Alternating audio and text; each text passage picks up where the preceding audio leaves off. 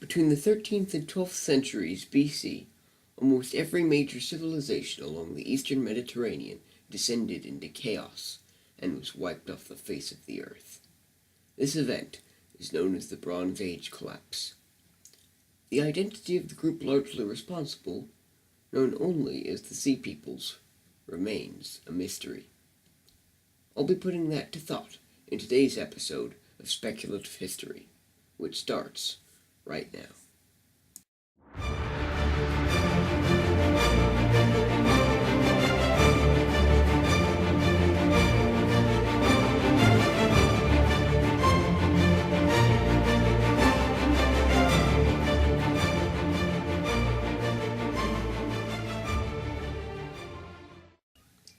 Welcome to Speculative History, the channel where I uncover the mysteries and respond to the unanswered questions of history.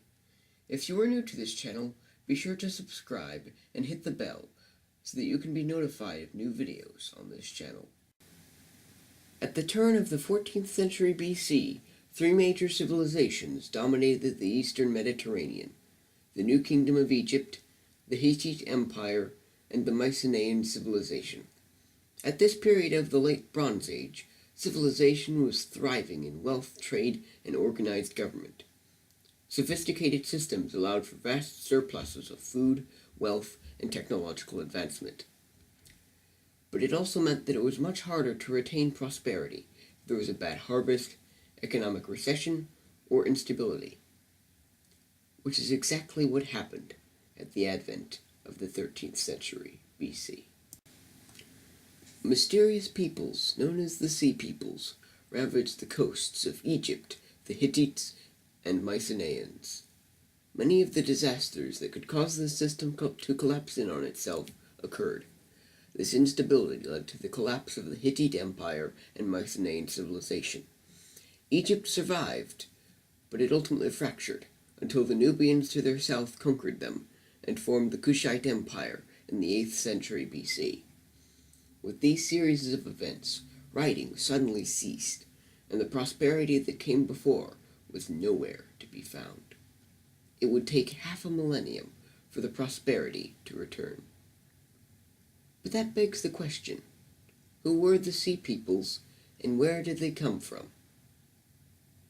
Their origins and the cause of the Bronze Age collapse are shrouded in mystery. We are not even sure if they were one group or many. Before we get started with the video, a disclaimer. This video contains spoilers from part 1, so if you haven't seen that, click on the eye icon so you can watch that first. As I said, a group known as the Sea Peoples helped facilitate the Bronze Age collapse. But could the Sea Peoples be from Atlantis? I mean, if any phrase could be used to describe Atlantis, I'm pretty sure Sea People would be one of them. There's just one problem. As I mentioned in part 1, Atlantis fell 11,600 years ago, but the Bronze Age collapse happened only around 3,400 years ago. As such, most historians look to civilizations and cultures that we know for certain existed at that time, such as the Nuragic civilization of Sardinia, the Minoans of Crete, or even rebels from within those countries.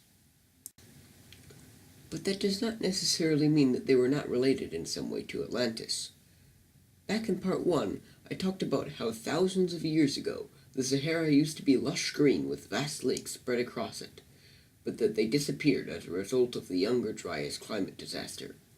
However, it seems as though one of those lakes lasted far longer. Lake Tritonis was an ancient lake located near present-day Tunisia. Its exact size is debated, although most maps show it being quite vast. Presumably, it would have brought fertility to the surrounding region's land and make life there easier. It is plausible that with the collapse of the Atlantean Empire and loss of its highly advanced technology, that a rump state was established around Lake Tritonis, the last surviving major lake in the Sahara. Suddenly, though, the lake dried up between the 15th and 13th centuries BC. Without the fertile land for farming, these hypothetical rump Atlanteans would have had to look elsewhere for resources. And what better place would there be than the prosperous civilizations of the Eastern Mediterranean? Just here's the thing. We may never truly know who the Sea Peoples were or the cause of the Bronze Age collapse.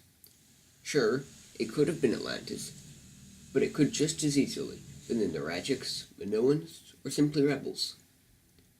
I might not be able to give a definitive answer, but together we might be able to at least give a logical explanation. Tell me in the comments who you think might be the Sea Peoples, be it one group or multiple. Anyway, that's it for this video, and I hope to see you in my next one.